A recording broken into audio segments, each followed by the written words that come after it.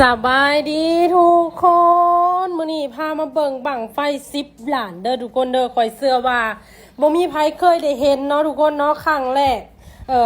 กที่ข่อยก็ได้เห็นเลยค่ะทุกคนก็สิได้เห็นเนาะทุกคนเนาะอันนี้เป็นบั้งไฟ10 ล้านของพี่น้องบ้านหน้าห้อยปังเด้อทุกคนเด้อเมืองสองคอนเนาะแขวงสวรรณเขตสบุญมีโอกาสได้พาทุกคนมาเบิ่งทุกคนก็คือใหญ่แห้งเนาะทุกคนเนาะตอนนี้เพิ่นกำลังเตรียมความพร้อมอยู่ทุกคนเนาะก็คือเตรียมความพร้อมในได้สบุญก็สิว่าก็คือเพิ่นกำลังมีการยัดมือยัดยางเข้าไปอยู่เนาะทุกคนเนาะแล้วเราจะสังเกตเห็นว่าอุ้ยทุกคนเอ้ย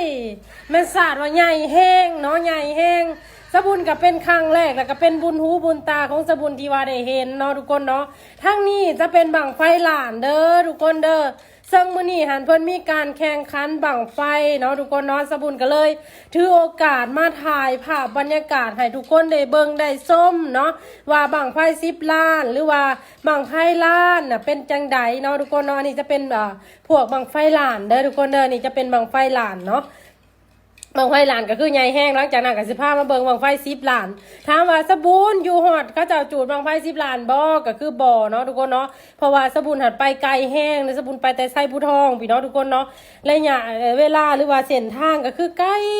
เลยกระทางที่สบุญไปหั่นจะเป็นทางดินแดงเนาะทุกคนเนาะหัวสันหัวคอนไปเบิดเพื่อสิไปฮอดแล้วก็ถามไปจนสุดทางสบุญหัดก็ได้เนาะเพราะว่า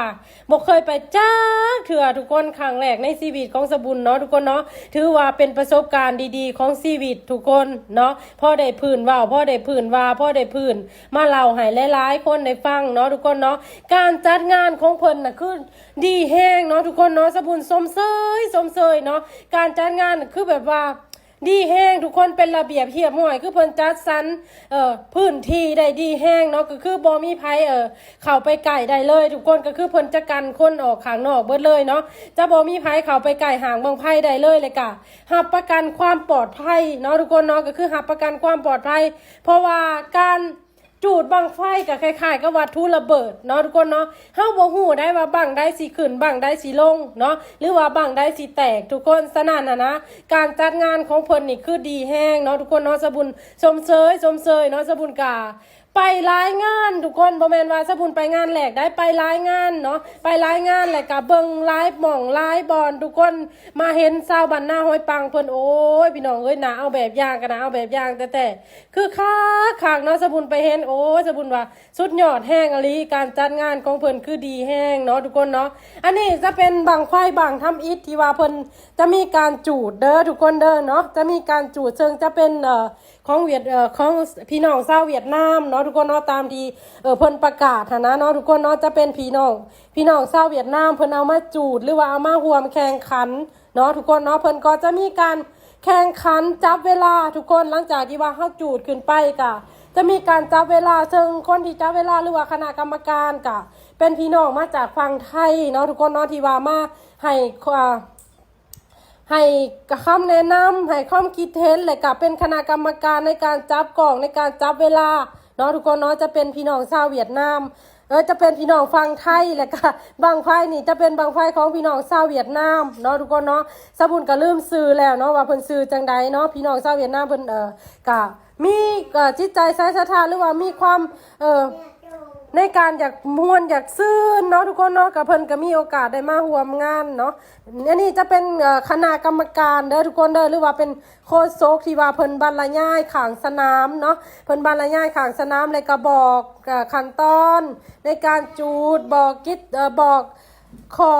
กำหนดหรือว่ากติกาเนาะทุกคนเนาะหลังจากที่ว่าเพิ่นเอาบังไฟขึ้นไปแล้วทุกคนเพิ่นก็จะมีการเกณฑ์ทุกคนออกมาเบิดเลยข่อยเบิ่งแล้วโอ้ขอว่าตาสื่นส้มเลยกะ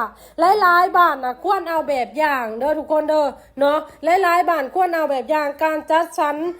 พื้นที่ของเพิ่นก็ได้ดีหลายเนาะได้ดีหลายทุกคนข่อยอยากให้หลายบ้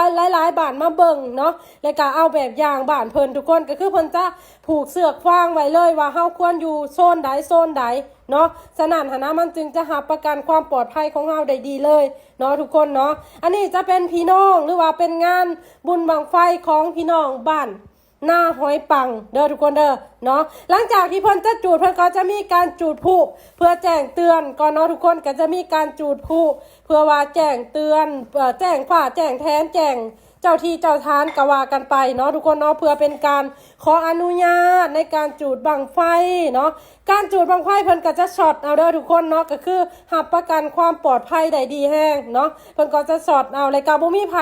ไปเข้าไปใกล้บั้งไฟเลยเนาะทุกคนเนาะอันนี้คือสบุญนำภาพบรรยากาศมาให้ทุกคนเบิ่งเดี๋ยวเฮามาลุ้นไปนํกันทุกคนว่าบั้งไฟบั้งนี้จะขึ้นสูงส่ำใดเนาะมาเลยทุกคนนับไปพร้อมๆกันเลยเนาะนับถอยหลังไปพร้อมๆกันเลยทุกคน